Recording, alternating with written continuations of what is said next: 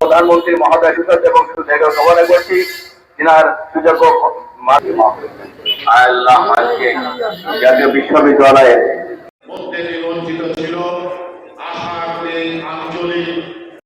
এই আঞ্চলিক অফিসে কর্মকর্তা কর্মচারীদের আমরা বিশ্ববিদ্যালয়ে পড়ালেখা করেছি।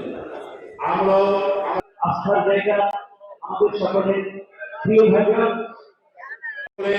প্রশাসনিক যে সমস্যাগুলো আছে সেই প্রশাসন 24-এর গণ আন্দোলনের ছাত্র জনতার যে মানসিক এবং সংশোধিত হলো, আমরা আশা করব প্রধান অতিথি এবং অন্যান্য অতিথিবৃন্দদেরকে সকলকে ধন্যবাদ।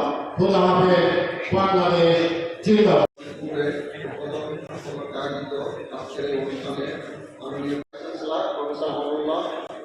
আজকে উপস্থিত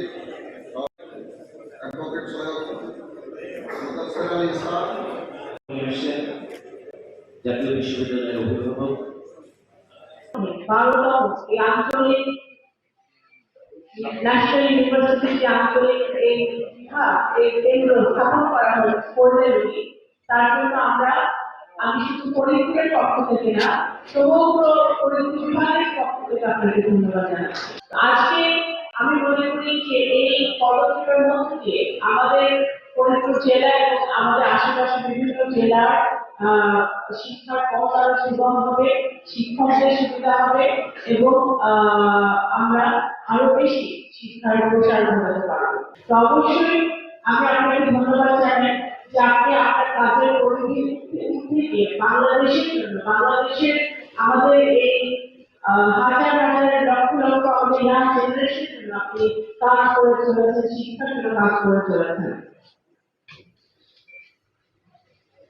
মাননীয় প্রধানমন্ত্রী জনাব তারেক রহমান